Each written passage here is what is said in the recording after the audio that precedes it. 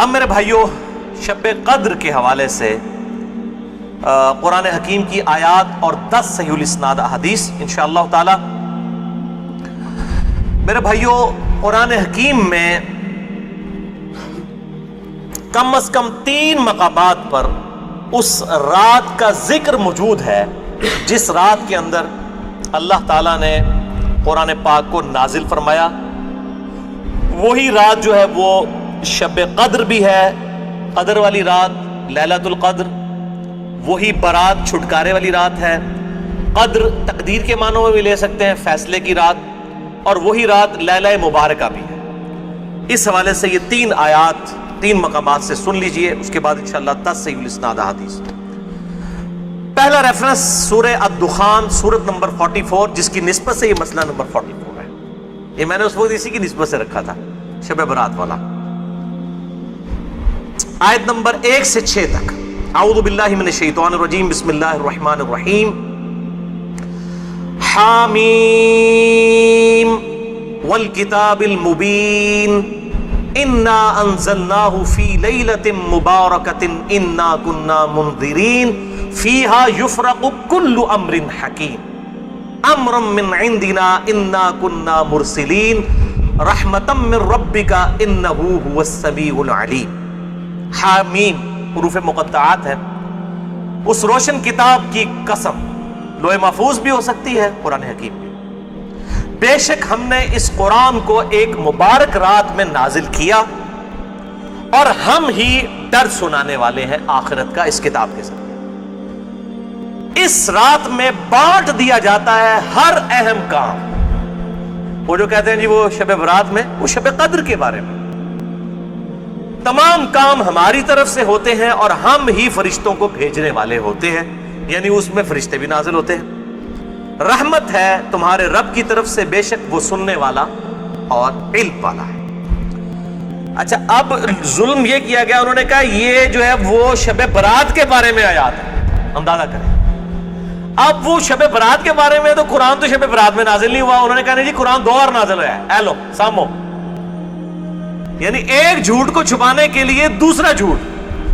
کہتے ہیں جی ایک دفعہ قرآن جو ہے وہ لوح محفوظ سے پہلے آسمان میں نازل ہوا ہے، تو وہ جو نازل ہوا تھا نا، وہ ہوا تھا شب برات میں، اور جو پہلے آسمان سے دنیا میں نازل ہوا ہے وہ شب قدر میں ہوا ہے۔ اب یہ کہاں لکھا ہوا ہے، کس جگہ پہ لکھا ہوا ہے؟ ایون جو آپ روایتیں بھی ضعیف پیش کرتے ہیں شب برات کے حوالے سے، ان میں بھی یہ موجود نہیں ہے کہ اس کے اندر قرآن نازل ہوا ہے۔ لیکن ایک جنہوں کہتے ہیں چھڑ دیتی ہے سنبھالو، تو یہ بات مشہور کر دیتے ہیں، حالانکہ اس کی کوئی اصل نہیں ہوتی ہے۔ قرآن خود اس کی حفاظت کر رہا ہے۔ قرآن کہہ رہا ہے کہ ہم نے اس قرآن کو ایک بابرکت رات میں نازل کیا۔ اب قرآن سے پوچھیں کہ وہ رات کہاں ہے، وہ ہے اگلا ریفرنس، سورۃ البقرہ آیت نمبر 185۔ شہر رمضان الذی انزل فیہ القرآن ھدی للناس وبینات من الھدی والفرقان۔ رمضان کا مہینہ وہ ہے جس میں ہم نے القرآن نازل کیا، جس میں ہدایت ہے، اور اس میں ہدایت کے روشن دلائل ہیں، اور یہ الفرقان، حق اور باطل میں تمیز کرنے والی کتاب ہے۔ فائنل ٹیسٹمنٹ ہے، اس اولڈ ٹیسٹمنٹ اور نیو ٹیسٹمنٹ کے بعد یہ فائنل ٹیسٹمنٹ۔ تو اب اگر وہ رات رمضان کے مہینے میں ہے تو وہ پھر شب برات وہ والی نہیں ہوگی۔ شب برات جو ہے وہ شب برات، شب قدر ہی شب برات ہے، یہی شب مبارکہ ہے۔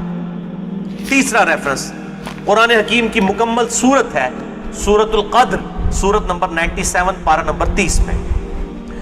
انا انزلناہ فی لیلۃ القدر، بے شک ہم نے اس قرآن کو تقدیر کے فیصلوں والی رات میں نازل کیا۔ وما ادراک ما لیلۃ القدر، اور تمہیں کیا ادراک ہے، تمہیں کیا پتا کہ یہ لیلۃ القدر کیسی رات ہے۔ لیلۃ القدر خیر من الف شہر، یہ وہ رات ہے جو کہ 1000 مہینوں سے افضل ہے، یعنی قمری اعتبار سے آپ سمجھ لیں کوئی 84-85 سال، اور سولر ایئرز کے اعتبار سے 82 سال کی عبادت سے بہتر ہے اس رات میں عبادت کرنا۔ تنزل الملائکۃ والروح فیہا باذن ربہم من کل امر، اس میں فرشتے نازل ہوتے ہیں اپنے رب کی جانب سے تمام اہم کام لے کر۔ وہی فیہا یفرق کل امر حکیم۔ دیکھیں قرآن کے پیچھے قرآن کی آیات، قرآن کی سب سے بیسٹ تفسیر وہ ہے جو قرآن سے کی ہے۔ سلام، یہ رات سراپا سلامتی ہے، ہی حتی مطلع الفجر، اور یہ سلامتی ہے فجر کا وقت شروع ہونے تک، طلوع فجر تک۔ ویسے تو بخاری و مسلم کی میں نے حدیث بیان کی کہ پورا سال ہی آخری تہائی رات میں اللہ تعالیٰ کی طرف سے ندا آتی ہے، لیکن اس کی خصوصیت یہ ہے کہ مغرب کا وقت شروع ہونے سے لے کر طلوع فجر تک یہ پوری کی پوری رات اللہ تعالیٰ کی طرف سے ایک خاص رات ہے جس میں فرشتے نازل ہوتے ہیں، اہم کام بانٹے جاتے ہیں، تقدیر کے فیصلوں کی رات ہے۔ تو یہی شب قدر ہے، یہی شب بارات ہے، یہی لیلہ مبارکہ ہے، یہ سارے کے سارے نام اسی پہ فٹ بیٹھتے ہیں۔ اب آخر میں 10 صحیح الاسناد احادیث اور 10 کی 10 جو ہیں وہ میں مشکات سے ان کے نمبرز بھی بتا دوں گا، اور بخاری اور مسلم پرائمری بکس کے نمبر نہیں بتاؤں گا، مشکات کے نمبر بتاؤں گا جو انسائکلوپیڈیا آف حدیث ہے۔ پہلی حدیث صحیح بخاری صحیح مسلم دونوں میں ہے، مشکات میں ہے 1958۔ آپ صلی اللہ علیہ وآلہ وسلم نے فرمایا جو شخص ایمان اور احتساب کے ساتھ، احتساب کہہ دیں گے آپ 3 چیزوں کو جوڑ کے، اخلاص، ثواب اور اصلاح نفس، جو ایمان اور احتساب کے ساتھ رمضان کے مہینے کے روزے رکھ لے، اللہ تعالیٰ اس کے سابقہ سارے گناہوں کی مغفرت فرما دے گا۔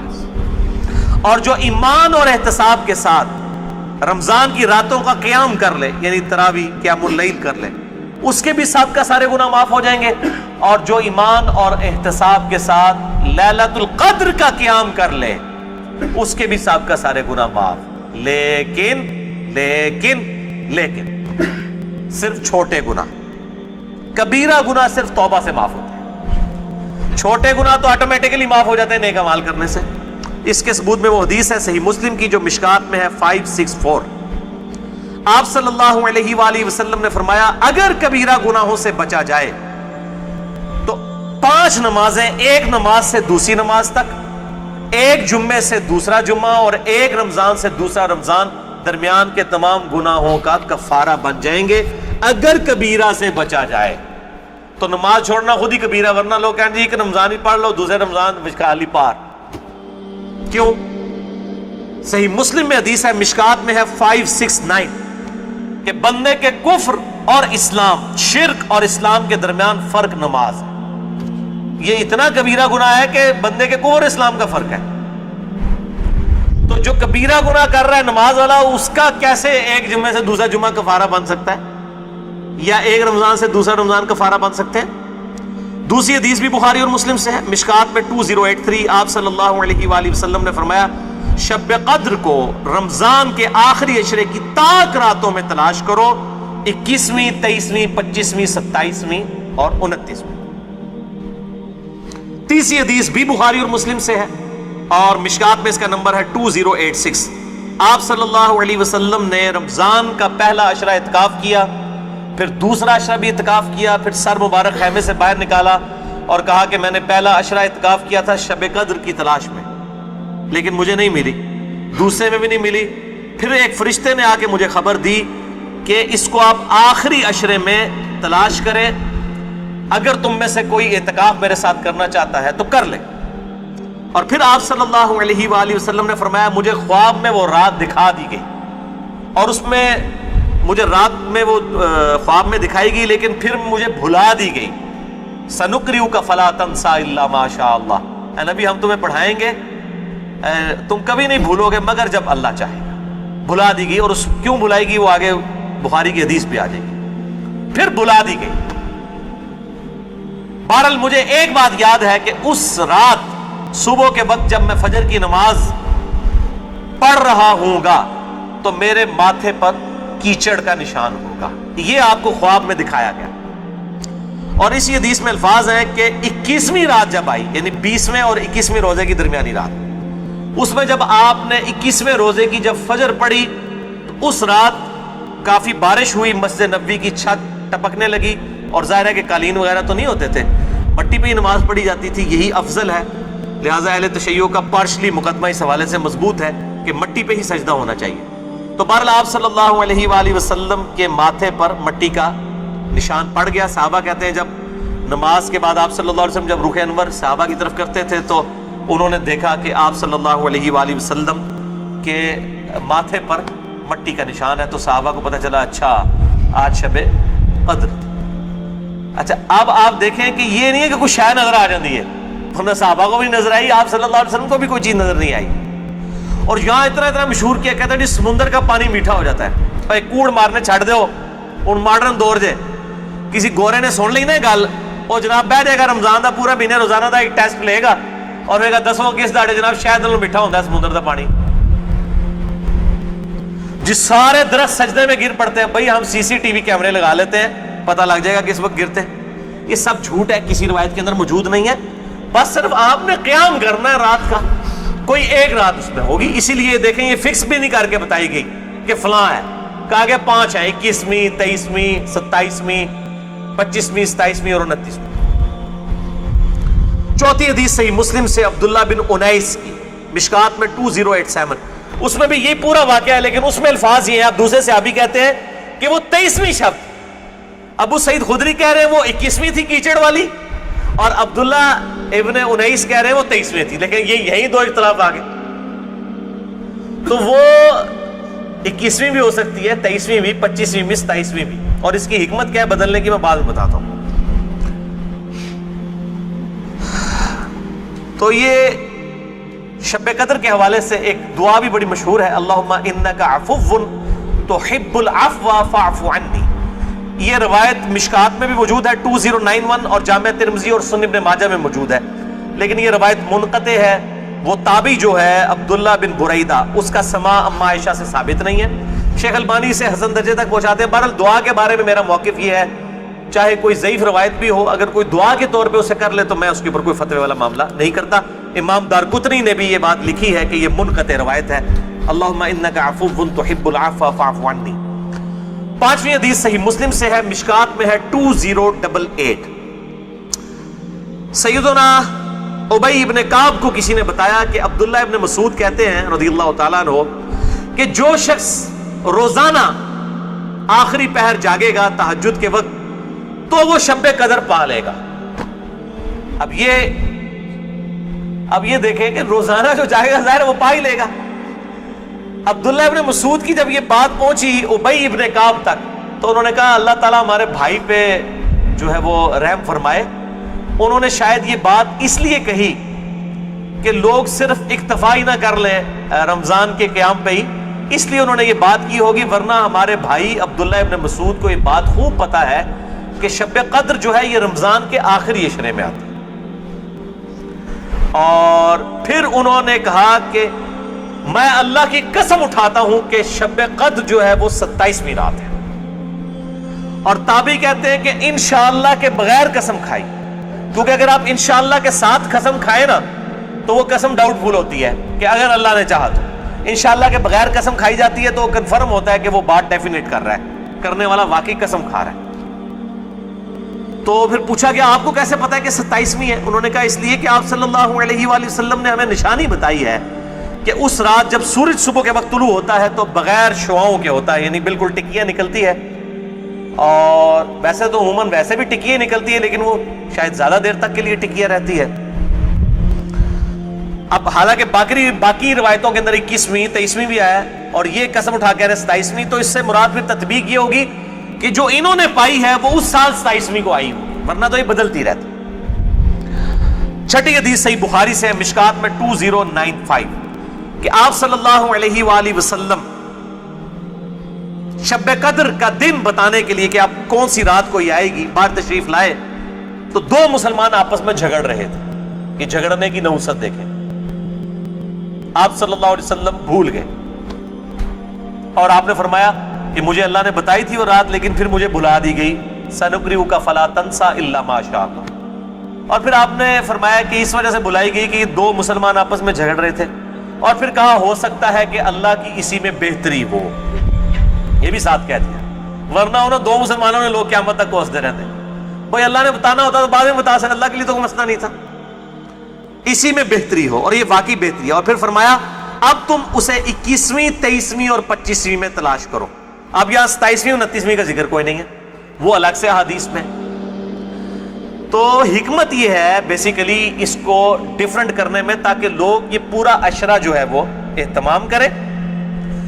دوسرا لوگ کہتے ہیں جی جس رات میں قرآن نازل ہوا تھا وہ ہوگی تو کوئی ایک ہی رات نا، یا 21ویں ہوگی. یہ تو نہیں ہے کہ 14 اگست اس دفعہ جو ہے 14 اگست کو آئے تو اگلی دفعہ 14 اگست جو ہے وہ 21 اگست کو آ جائے. اس طرح تو نہیں ہوگا. 14 اگست تو 14 اگست کو ہی آئے گا. تو یہ کیا وجہ ہے کہ قرآن جس رات میں نازل ہونا شروع ہوا وہ تو یا 21ویں تھی یا 23ویں تھی یا 25ویں یا 27ویں یا 29ویں, تو اگلے سال بھی وہی ہونی چاہیے. تو یہ دنیاوی اعتبار سے تو یہ بات بالکل ٹھیک ہے. لیکن جب اللہ تعالیٰ نے اس کی سیلیبریشن اس طرح کر دی ہے کہ اس سال میں اس کی سیلیبریشن کروں گا 21ویں کو, اگلے سال 23ویں کو, اس سے اگلے سال 27ویں کو, اس سے اگلے سال پھر شاید 21ویں کو ہو جائے, پھر کبھی 29ویں کو, تاکہ یہ روٹیٹ کرتی رہے, مسلمانوں کا شوق برقرار رہے. اس میں نظر کچھ نہیں آنا ہوتا, بس قیام کرنا ہوتا ہے. اللہ تعالیٰ 82 سال کی عبادت کا ثواب لکھ دے گا. اور اس کا آسان طریقہ میں آپ کو اینڈ پہ 2 حدیثیں بتا دوں گا سست الوجود لوگوں کے لیے انشاءاللہ میرے جیسے. 7ویں حدیث بھی بخاری اور مسلم دونوں میں ہے, مشکات میں 2090.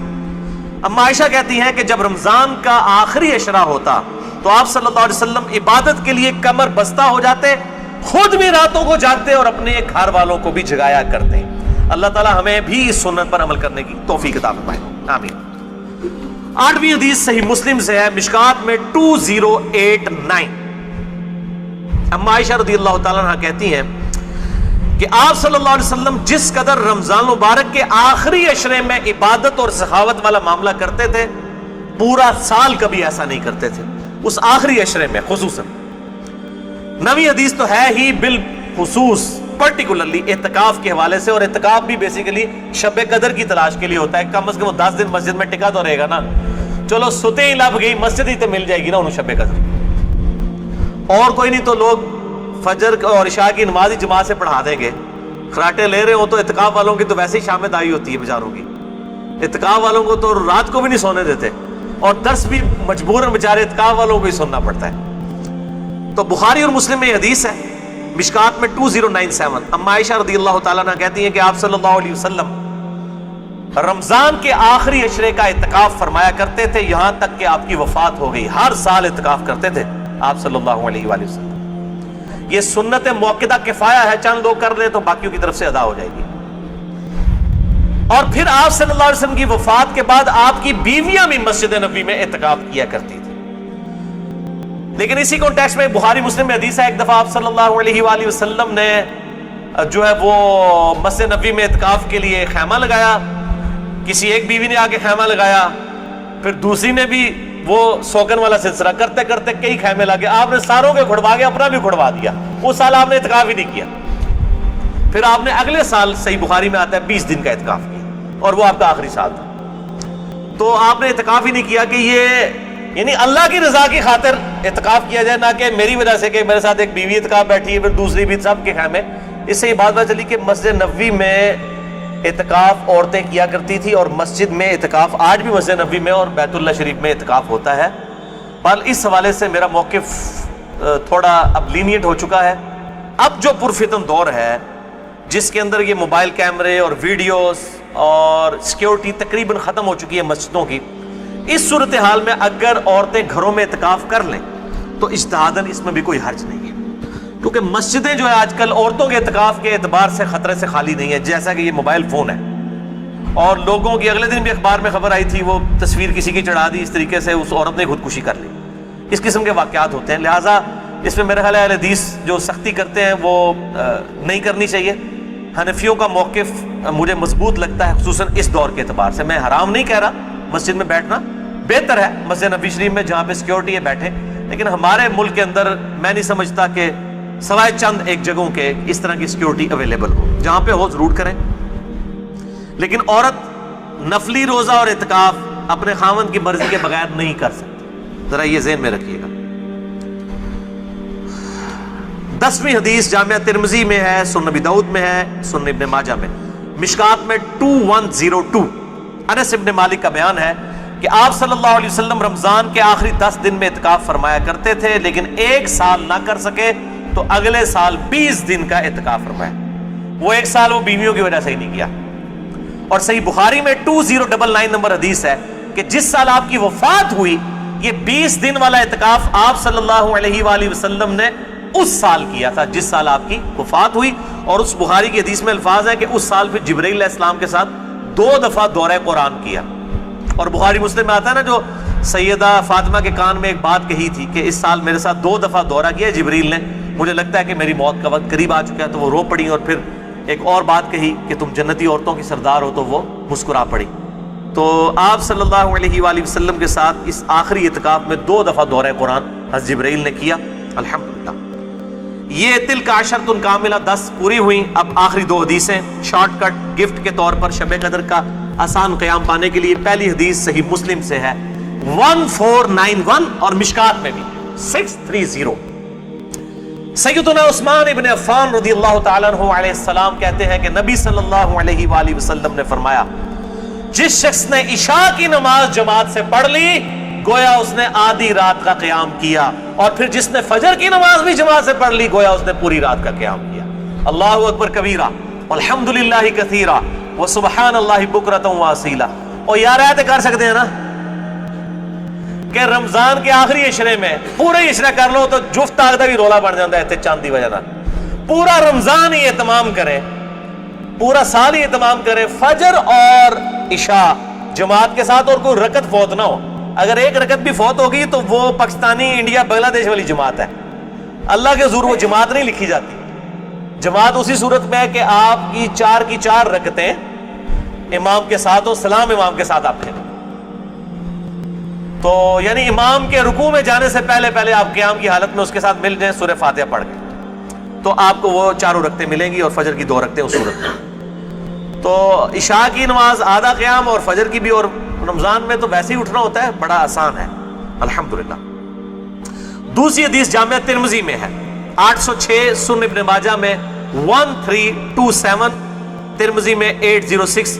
یہ واحد حدیث ہے آج کے پورے لیکچر میں جو مشکات میں موجود نہیں ہے، میں نے ترمذی اور ابن ماجہ کا نمبر بتا دیا۔ ابو ذر غفاری رضی اللہ تعالیٰ عنہ کہتے ہیں کہ نبی صلی اللہ علیہ وسلم نے فرمایا، جو شخص امام کے ساتھ قیام اللیل کر لے رمضان میں یہاں تک کہ امام سلام پھیر کر فارغ ہو جائے، یعنی تراویح پڑھانے کے بعد، تو اسے پوری رات کے قیام کا ثواب ملے گا۔ اگر کوئی اکیلا تراویح پڑھتا ہے اس کے لیے فضیلت نہیں ہے، یہ جو امام کے ساتھ تراویح پڑھ لینا عشاء کے ساتھ ہی، اس کو پوری رات کے قیام کا ثواب ملے گا۔ اچھا، یہ جماعت کی جہاں پہ باتیں ہو رہی ہیں یہاں پہ عورتوں کو استثناء حاصل ہے، عورتوں کے لیے واجب نہیں ہے کہ مسجد میں جائیں، چلی جائیں، اگر کر سکتی ہیں تمام ضرور کریں، ان کو گھر میں بھی اللہ تعالیٰ انشاءاللہ تعالیٰ اس حوالے سے ثواب عطا فرما دے گا۔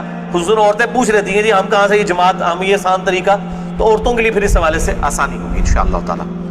تو قیام اللیل اور تراویح کے حوالے سے مسئلہ نمبر میرا 20 ہے، وطر کے حوالے سے مسئلہ نمبر 130 ہے، اور آج انشاءاللہ یہ نیو 44 شب قدر شب برات کے حوالے سے ریکارڈڈ ہو گیا اللہ کے فضل سے۔ رمضان کا آلریڈی 53 ہے، لیکن میں انشاءاللہ اگلے 2 ہفتوں میں اسے 2 نشستوں میں ریوائز کر کے ریکارڈ کروا رہا ہوں انشاءاللہ ڈیٹیل کے ساتھ، 53A اور 53B مسئلہ کے عنوان سے انشاءاللہ تعالی۔ اور ان طاق راتوں میں صلاۃ التسبیح کا بھی اہتمام کریں، ڈیٹیل کے لیے مسئلہ نمبر ہے 91 میرا صلاۃ التسبیح کے اوپر، اب وہ آپ ضرور دیکھیں، کیونکہ صلاۃ التسبیح بہت بڑی عبادت ہے، تو قیام کرنا ہی ہے۔ اعتکاف والے لوگ ویسے ہی گپے مارتے رہیں اور جناب وہ فیس بک پہ بیٹھے رہیں، اس سے بہتر ہے کہ کم از کم ہر طاق رات میں صلاۃ التسبیح کا اہتمام کریں، جماعت کے ساتھ نہیں، انڈیویجول لیول کے اوپر۔ نفلی نماز جو ہے وہ جماعت کے ساتھ، اگر بغیر دعوت کے کبھی کبھار ہو جائے وہ الگ بات ہے، وہ ثابت ہے، بخاری مسلم سے ثابت ہے، لیکن یہ جس طریقے سے اشتہار بازی کی ہوتی ہے کہ فلاں مسجد میں صلاۃ التسبیح کی جماعت اتنے بجے ادا کی جائے گی، یہ چیز ٹھیک نہیں ہے۔ اگر بغیر اعلانیہ ہو، اعتکاف والے بیٹھے ہیں، اچانک ایک بندہ آگے ہوتا ہے، پیچھے لوگ نیت کر لیتے ہیں، اس کا جواز بخاری مسلم سے موجود ہے۔ میں نے اس کے اوپر جو ہے وہ اپنی جو کوسچن آنسر سیشن تھے، مسئلہ نمبر 110 ABCDEFGH، اس کے اندر میں نے یہ بیان بھی کیا ہے الحمدللہ۔ اللہ تعالیٰ سے دعا ہے جو حق بات میں نے کہی اللہ تعالیٰ ہمارے دلوں میں راسخ فرمائے، اگر جس بات میں میرے منہ سے کوئی غلط بات نکل گئی تو اللہ تعالیٰ ہمارے دلوں سے معاف کر دے، ہمیں کتاب و سنت کی تعلیمات پر عمل کر کے دوسرے بھائیوں تک پہنچانے کی توفیق عطا فرمائے۔